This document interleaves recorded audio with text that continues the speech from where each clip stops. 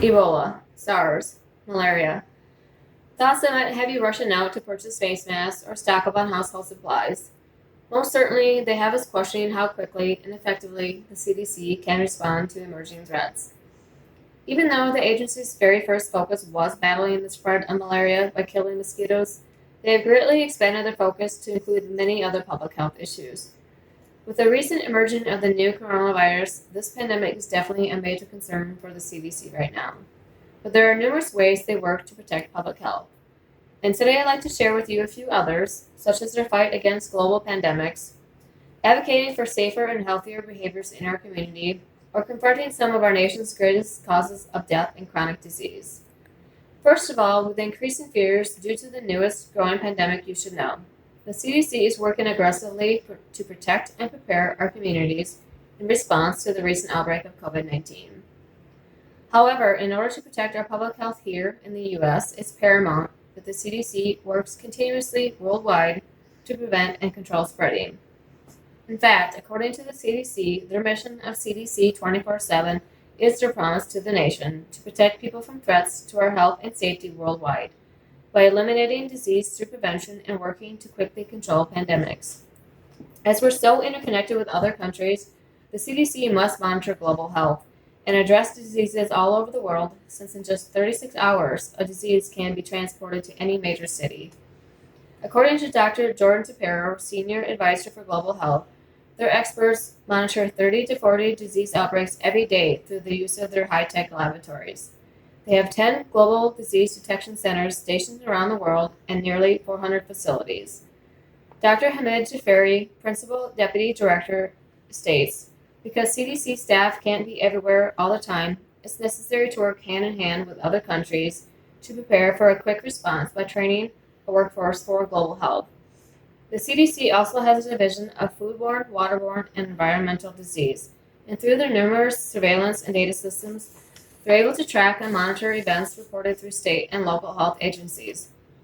Monitoring and surveillance is conducted through state health departments across the country for the bacterial and parasitic pathogens most frequently transmitted by food we consume. One surveillance system gathers data on waterborne disease and outbreaks related to recreational water, drinking water, environmental, or other water exposures. Another surveillance system collects data of bacterial foodborne illnesses like E. coli, Salmonella, and Campylobacter. According to the CDC, they then use this data to detect outbreaks, monitor trends, and analyze the effectiveness of those prevention programs already in place. Furthermore, the CDC is highly involved in public health in ways which go beyond those typically thought of. One way they do this is advocating for behaviors which are safer and healthier for our community, environment, and our workforce. According to the article Action Plan Public Health Workforce Development, they work together to develop a healthier workforce by increasing their understanding of how these injuries occur, and then develop better employee training to reduce injuries. Since work health can vary greatly by profession or even the environment, the CDC regularly conducts surveys that cover specific occupations such as miners and firefighters.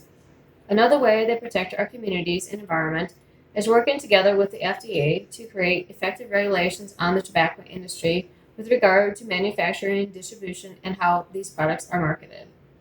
Equally important to our public health, the CDC must confront and take on some of the greatest causes of death and chronic disease in America.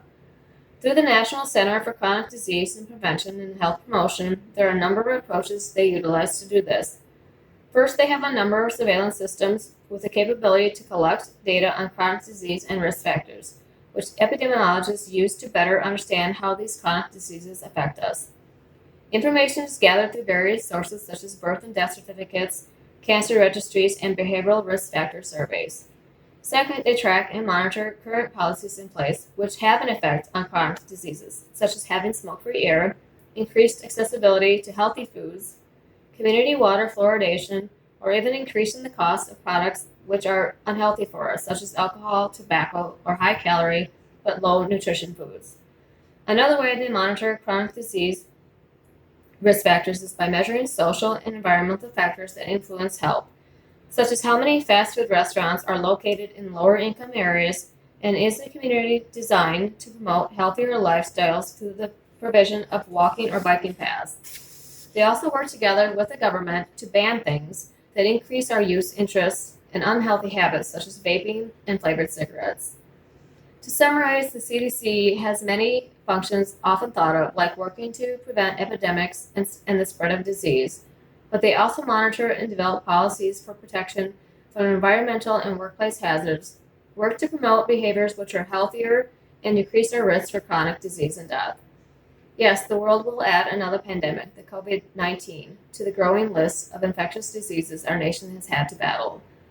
However, as we move along in the 21st century, we should also remember that advances in technology not only aid in our ability to increase our life expectancy through preventative means, but also promote better awareness of public health issues and the active role that we may take as individuals in influencing our own health outcomes.